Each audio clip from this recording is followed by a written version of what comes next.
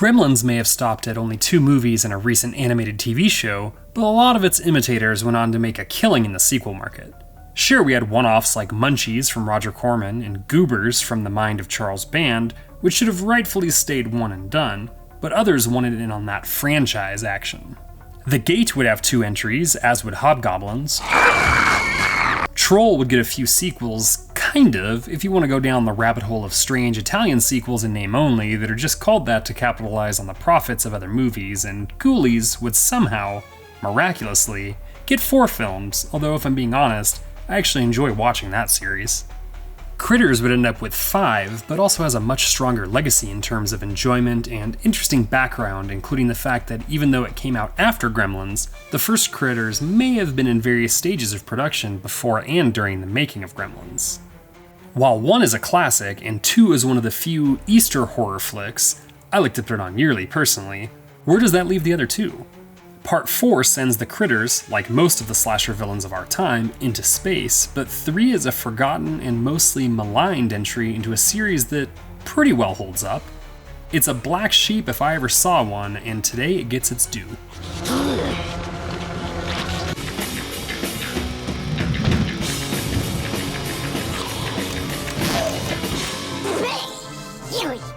While you can easily find it now as one of the 4 Blu-rays included in Scream Factory's wonderful box set, or anywhere on Tubi, its original release was in the burgeoning age of home video.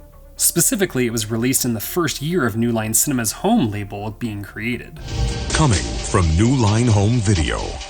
New Line Home Entertainment was created in May of 1991 when they decided to release their movies on their own brand after having multiple other companies do their work for them. While they certainly received money for selling the release rights, this allowed them to keep all the profit and also gave them the idea to look into their back catalog for movies that could get more sequels that maybe weren't good enough for the big screen. While not good enough for the big screen is one thing, these were surely okay to go straight to video, both for purchase and for renting.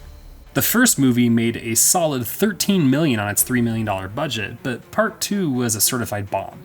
Critters 2 got an extra $1 million for its budget, but only brought in $3.8 at the box office. Critters 3 and 4 were actually shot at the same time to capitalize on budget and crew.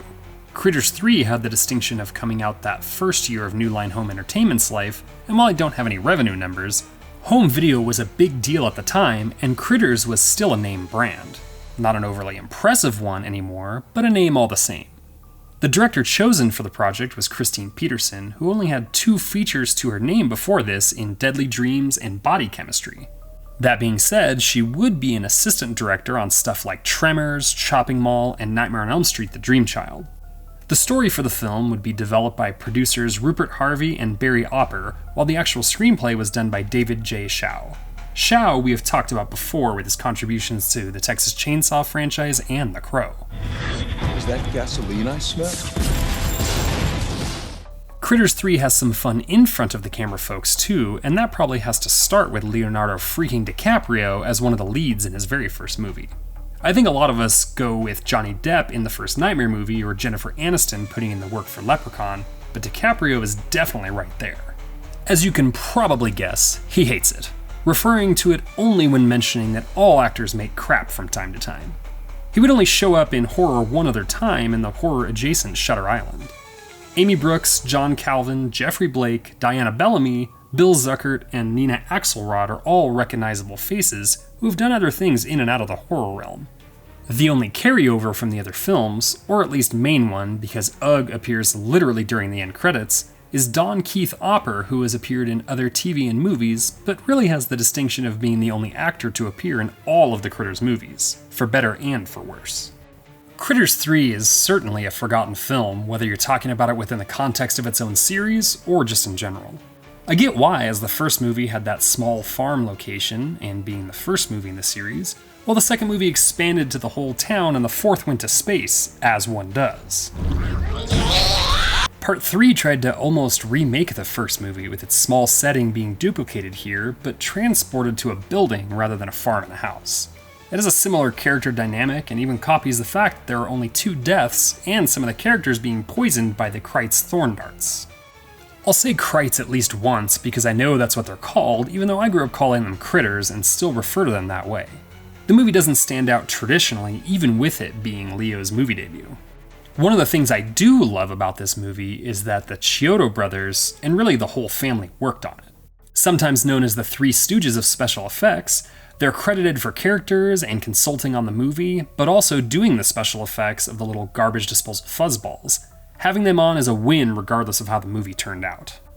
The creatures still look and act similarly to the previous two movies, and even though some of the charm and humor's gone, this isn't a case of the main draw of the film betraying its source material. The movie does use one of the more common straight-to-video and sequel tropes, though, with a character explaining the events of what happened prior, with clips of the first two films playing in the background. This isn't as egregious as, say, Silent Night, Deadly Night 2, where that's like 40% of the finished product, but it does feel a little bit lazy. The movie opens with a family of three moving to a city before getting a flat tire right near a rest stop. We're introduced to pretty much everyone here and their violently 90s wardrobe before Charlie warns a group of kids and us about both a corrupt landlord, who happens to be Leo's character's stepdad, and the critters. We get our previously mentioned flashback before seeing that there are fresh eggs under our new family's car.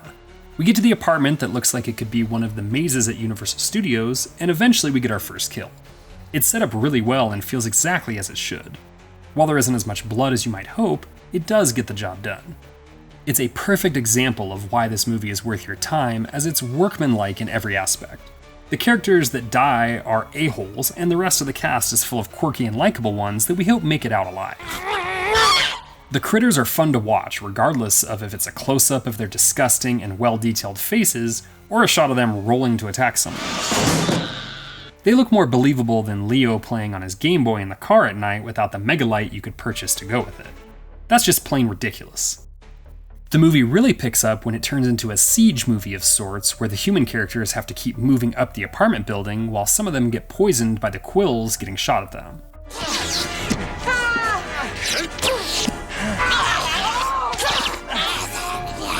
The power also goes out, and we get a flare-lit scene that tries its hardest to be something out of Aliens. Leo's character Josh gets so fed up with his stepfather that he locks him in a room to eventually be the film's second and final casualty. I hate you. I wish you were dead! I don't mean that as a knock on the movie either. There's enough tension that we may see nearly any of these characters go at any time.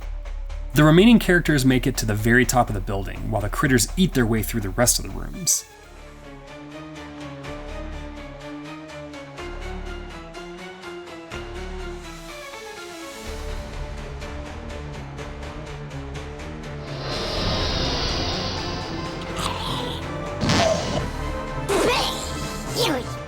The adults end up stuck or unable to help, while the kids have to put in the extra effort to find a way out before Charlie makes his way back into the movie with all of his gear.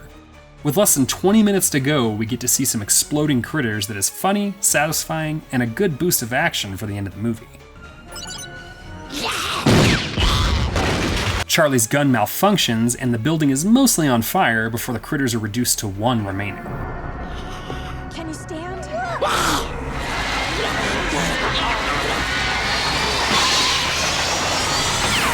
Charlie's able to kill it while avoiding death and saving the youngest kid character, and the rest of the movie is wrapped up with friendships, burgeoning relationships, and one of the earliest examples of mid and post-credit scenes that I can remember. This movie also leads directly into Part 4, and it's nice to see a horror series that does that, let alone a direct-to-video one. Before we continue with our video, here's a reminder to click the Store tab on any of our JoBlo channels and browse our collection of the latest and freshest designs in our merch store. Go get you some. Critters 3 knows exactly what it is, and while I could absolutely see parts be changed or cut out, it's not the dud its reputation makes it out to be. It's a fun pairing either with just Part 4 or if you're going to run the entire series, and there's nothing here that your younger human critters can't see if they're starting their journey into horror. It was long overdue that we gave this little movie a shout out, and it has an important history in both its casting and release. The Critter series should have been left alone after Part 4, but we would unfortunately get another movie and TV show that both failed to recapture the magic of the original run. Magic, that I might add, is wholly present in this maligned third entry. Critters 3 is a fun sci-fi horror flick that is exactly what you think it is. The black sheep of a famous series that deserves much more than it gets.